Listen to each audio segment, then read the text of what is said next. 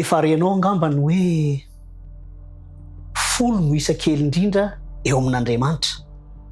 Avaizany na inonao an'izany? Ary moa ve tsy mandrakizay Andriamanitra? Fa ny lovantsofina jiosy aza sy ny tany amin'ny fiarahamonina jiosy tany dia efa nisy mihitsy hoe tsy afaka mianatra ny tenin'Andriamanitra, ny Torah, sy ny hoe tsy afaka miara-mivavaka raha amin'izao androntsika izao raha latsaky ny folo. Aiza ho aiza ny finoana amin'izany? Ahoana hoy ny tenin'Andriamanitra? Asaiko ampitiavana aloha ianao fa hisy vavaka izay iombona antsika.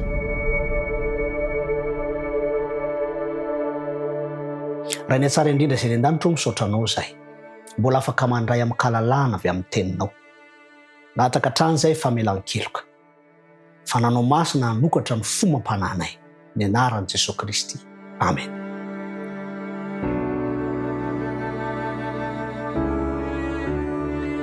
Izany dia mitovitovy ihany amin'ny hoe ny olona iray izay miomana ho any amin'ny mandrakizay dia manatsara ny fiainan'izay lovany tamin'ny Adama araka ny noresahantsika tany aloha. Tsy ariava. Ny fiainana miomana ho amin'ny mandrakizay dia fiainam-baovao. Koa avy aiza ary ity hoe ny isa folo ny kely indrindra amin'Andriamanitra? Ao amin'ny Genesisy 20:20 ka ny 17:10 sy ny 2:30 izay miresaka mahakasika ny dindinika nataon'Andriamanitra tamin'ny Abrahama. Abrahama moa ilay voambara fa sakaizan'Andriamanitra izy. Ka Andriamanitra mihitsy, Jehova mihitsy no miteny manao hoe ho afeniko any Abrahama sakaizako va izay mba eritreretiko sy ato am-poko.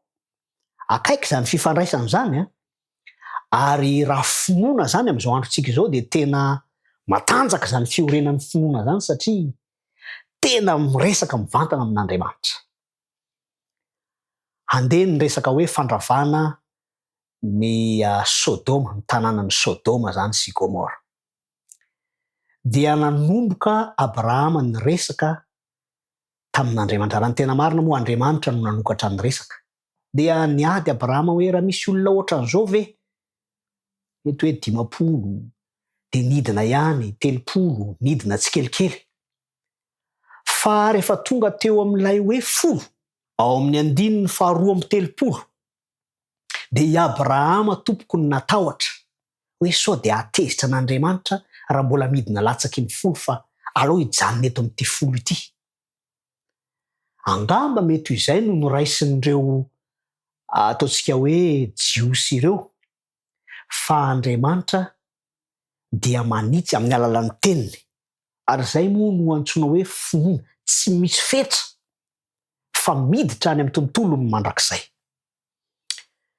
Tandremo ary fa ny lovantsofina indraindray raha tokony hanampy antsika hatakatra ny finoana dia mety hanidy an'izany finoana izany.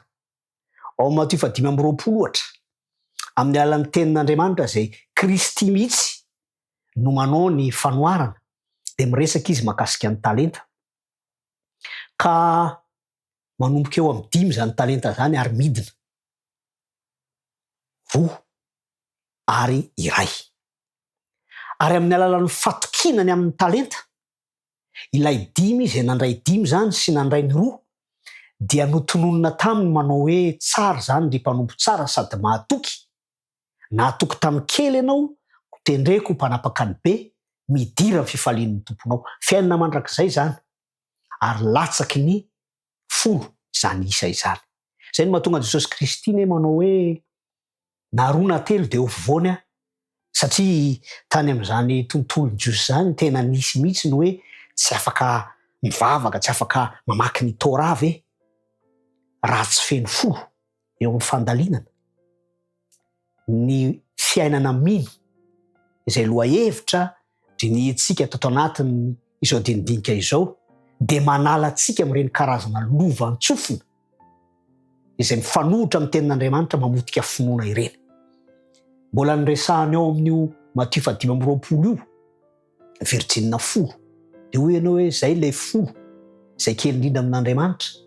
Fa nilaza izy manao hoe ny virjina endry no akatsika ny leso. Ry havana malala, maro ireo toe-javatra izay mety miainga avy amin'ny izao tontolo misy antsika izao, tsy avy amin'ny tenin'Andriamanitra. Koa tiako ny tondram-bavaka anao mba tsy hozongozona ny finono, mba tsy hiambaambana hisy fisalasalana vokatry ny zavatra izay ivelany ny fanambarana ataon'Andriamanitra. Koa anatanteraka izany vavaka izany isika, asaiko ampitiavana reno. Raha ny tsara indrindra izay any an-danitra misaotra anao zahay, noho ny amin'ny teninao fanambarana dia ny tenin'i Kristy zany. Hampitombo ny finoanay ane zany, hampiorina hatrany ny finoana, ka tonga anay hisokatra eo amin'ny mandrakizay izay omanao anay. Tompo malalo, aoka hiorina izany finoana izany amin'ny teninao. Tonoana ny vavaka ao amin'ny anaran'i Jesosy Kristy. Amen.